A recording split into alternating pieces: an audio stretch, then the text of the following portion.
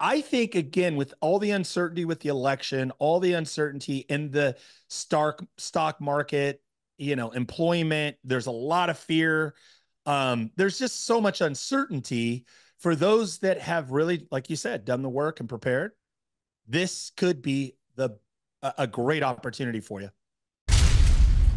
I cannot tell you how many people in the last 24 hours have asked me, how low are rates going?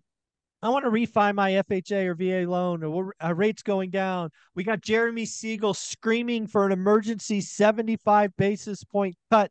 Guys, you are not understanding what is going on. Let me be very clear. We do not want a 75 basis point emergency cut. Folks, be careful what you wish for. This is not the time. The market is healing itself. This is what it feels like when a recession starts. It's okay. It's normal. Just stop it already. Crazy. How you doing, Ty? I'm doing good, man. And I got to say, I see the craziness. I see people celebrating as rates were coming down. And again, I get it. There's probably people, yes, if rates come down, there is some benefit for, a handful of people. I want to go back to something, a theme of what I'm learning from you is that higher for longer, the benefit is the overall recovery and healing of the market. And that the last thing we need is this little like hiccup of rates coming down, interest rates, 30-year mortgage rates coming down.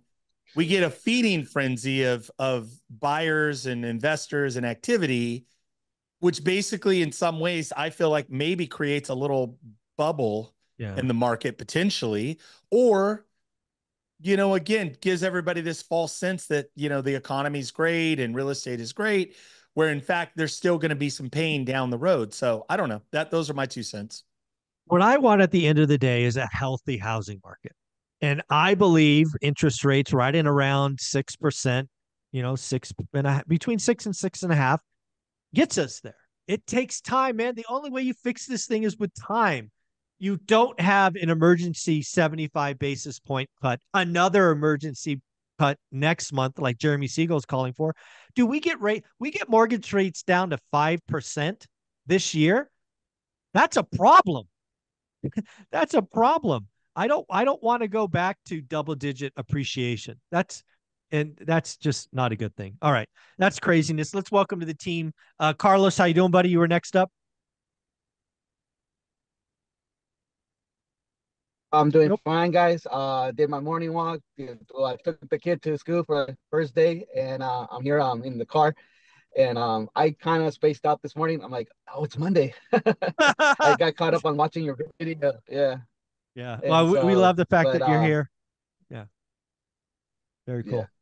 All right. Well, Matthew, how about you, buddy? You and I Thank you. communicated over the weekend. I have now declared a refi boom has started. I don't think purchases will get, they'll be okay, but I do think we have a refi boom in the works, especially with this FHA VA streamlines going on. What do you think? Yeah, I mean, for sure. On the broker side, we've got FHA, VA streamline like promotion going on where we're already taking 125 basis points off of low rates that have become lower in the market. So a lot of people that bought in the last 12 or 18 months, if they've got an FHA or VA loan, you got to look at a streamline. Go down a full percent, probably Yeah. have it, you literally, like the way those things are structured, you can't add to the principal balance. So you have to have rebate from the rate to offset the cost. So they're, no appraisal, no underwriting of income, just is it lowering the rate by at least a half of a percent? And have they made on-time mortgage payments? Like that's really all Simple. that those things are looking at. And I think you're right. There's going to be more refinance action than, immediate purchase action, but I'm already seeing a lot of fence sitting buyers coming back. And the cool part for me is when they come back, I go, yeah, remember when we were talking about paying a half a point for 6.875? That same half a point's going to get you 6.125 now. And so the Wow. clients who are on the edge, I can't find anything in Napa for 800 grand. Beautiful house came up. It's 860.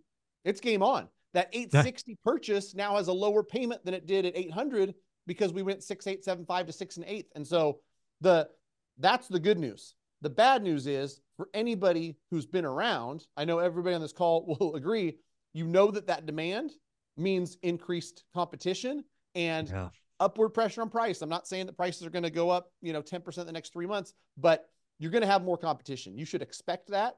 The buyers who are running through this open door right now are going to have a good time. And as that door slowly closes, that opportunity where prices are kind of flat and all the demand hasn't kind of got the memo yet, then it's going to be fun. But it's definitely a little bit of, excitement on the mortgage side and real estate side, because this kind of injected some life into real estate that was like you guys called it, like the low for transactions at 3.8 annualized. For sure the trajectory is up now. They're going to start transacting more homes. It's going to be again, folks, I think you have a small window. I declared it, I think, a month ago, a buyer's market. Now, of course, it's not all cities and all price points. That's not what I'm saying. What I'm trying to get you to realize is buyers have more power now. If you're doing the work, you have a buy box, you're watching days on market, it's time to get creative. I do think that transactions will be held artificially low because we have an election that is so toxic. We have a lot of pissed off people. I think we're starting a recession. We have negative wealth effect going on. These are all things that make home buyers go away. And it is all things that make Mike Zuber, the investor, smile, because I will step into the void. I will have less competition. I will get more creative offers accepted, and I will go ham while everybody else doesn't know what's going on. Todd, you and I have been through this before. Buyer's markets do not last long.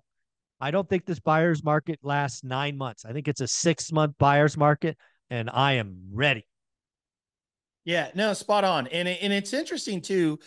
I heard a stat over the weekend where they said even like for the last 4 or 5 presidential elections, that time period during the election, we actually see a decline. They said this was statistics, 15% decline in transactions. However, this was from Keeping Current Matters. He also said that it's not like a restaurant where if people don't come to the restaurant, that's lost, right? This is like a retailer, like he used the analogy of an Apple store.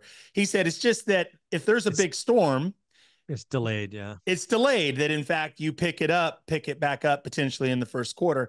So I think, again, with all the uncertainty with the election, all the uncertainty in the stock market, employment, there's a lot of fear. There's just so much uncertainty. For those that have really, like you said, done the work and prepared, this could be a great opportunity for you. Yeah. So Matt, I'm curious, I mean, rates went down.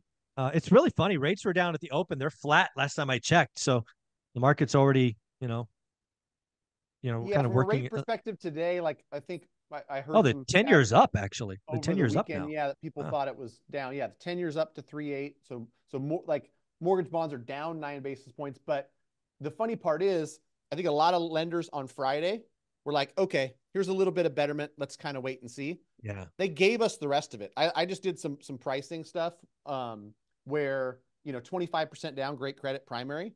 People are 6.25 at par. It doesn't cost that much par. to get a 5 handle. And so what I know, because I priced a lot of loans on Friday, is that some of Friday's gain wasn't given to us yet. And so like, on my side, 40 different wholesale lenders, they can all kind of set their own rules. And now I'm seeing like, oh yeah, we owed you 30 basis points from Friday. Here you go. It's not today's action. What's up, Ty? I just, I want to throw in the idea too, though, that something Michael said. We haven't said this in a long time. I've not heard you say this, Michael, in probably several weeks or months, where the margin compression for a lender, now that it feels pretty certain that the Fed is going to cut, we in fact have hit terminal rate, something we haven't talked about in a long time, is potentially this movement in the market, based on the fact that that's, a lot of margin compression. Also, something you said, Matt, which is you've got 40 different competing warehouse lines or wholesale lenders. Are we going to see competitive, the market competition where we see margin compression? Right. And I think too, in a downward trajectory market, a lender can say, you know what, let's price it a little bit better, knowing that like it's going to bring in more business. You might get more than the competition.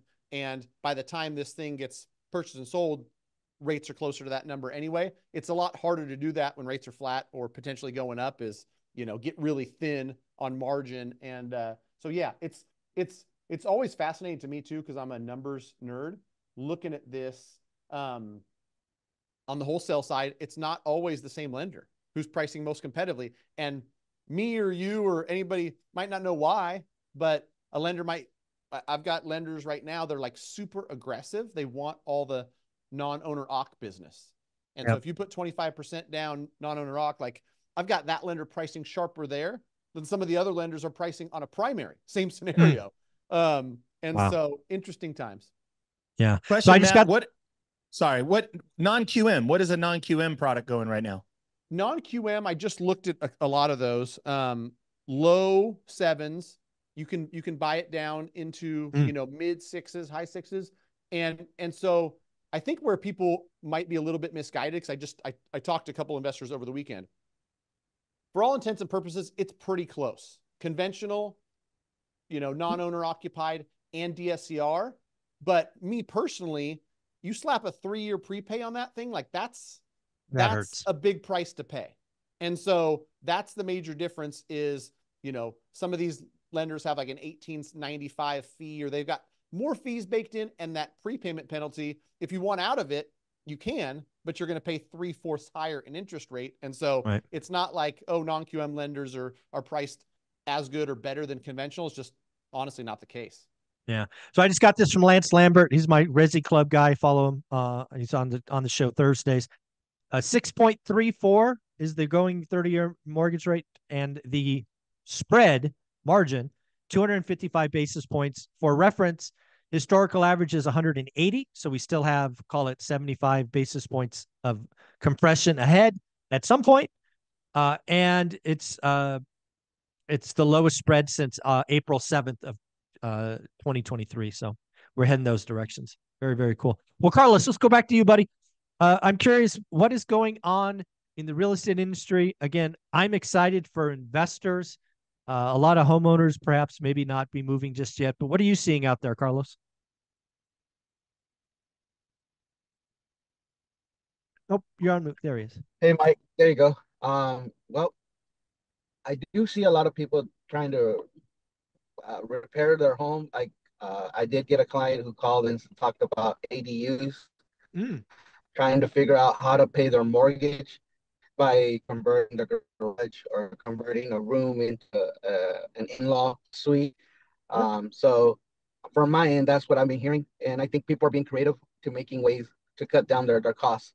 So and these are calls that I get, at least, maybe once a week of Yeah. someone trying to convert or yeah. And I so think, you know what, that's a you know, really great idea. Taking a 2-car garage, creating a JADU is what I think Thatch Nguyen calls them. Actually, I just spoke to Spencer Cornelia in Vegas, and he's turning a 2-car garage into a studio, basically adding access to a bath and a little mini kitchen. So I think that's the right thing to do. I think a lot of folks are looking at ADUs as a way to cover costs, kind of a mini house hack, if you will. correct. Yeah. Hey, if somebody wanted to reach out to you, talk to you, get some bids, quotes, how do they do that? Most definitely, you can give us a call at 559-681-8431. That's 559-681-8431. Very cool, man. We appreciate you, Carlos. All right, Matt, the mortgage guy. If somebody has a FHA, VA, somebody wants to get a quote, see what's what for them, see what it costs to get a 5-handle, man. Can you imagine a 5-handle on a loan? How can they reach out? Go to greatmortgagebroker.com. That way you can connect with me, and I'll connect you to a team member if, one of the 48 states we're in. If you want to fire me an email, which plenty of people have, matt@mtmg.com.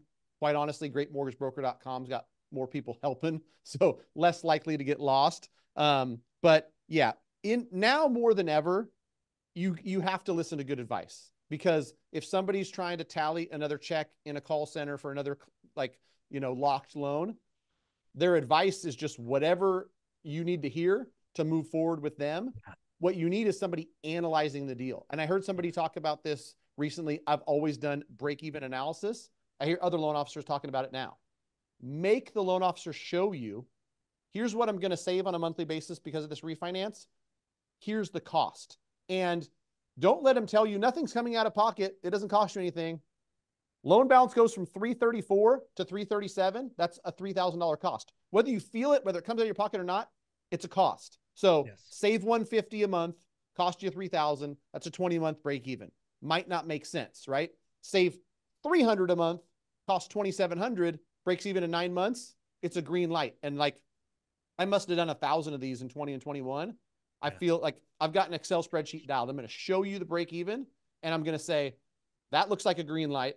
That looks like a yellow, maybe. Like, that's a red light. You don't want to refinance and have a 57-month break even. Don't do that. No, don't do that.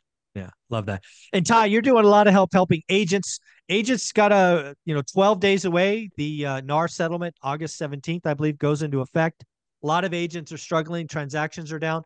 You have taken a special interest in helping them understand how to become a hybrid agent, how to see opportunity in the chaos. What's going on? Yeah, I would say, again, talk about just a wild ride in 2024. The NAR settlement, you've got, a crash in transaction volume. There's so much going on in election year, interest rates up, down. Now more than ever, there's such a huge opportunity for agent investors, realtor investors who are not only serving the community, buyers and sellers, but also looking for opportunities for yourself, as well as having the tools in the toolbox to, understand creative financing, subject to seller financing, novations, all of it, lease options, ADUs, all of it, wholesaling, all of it. So, if anybody wants information on any of it, please just email me, ty@tylg.com, ty@tylg.com. Definitely realtors who want to get more involved in investing. Let's connect. Awesome. You guys are amazing. That is the Hub Call. Folks, take care. Have fun. Have a great day. Later.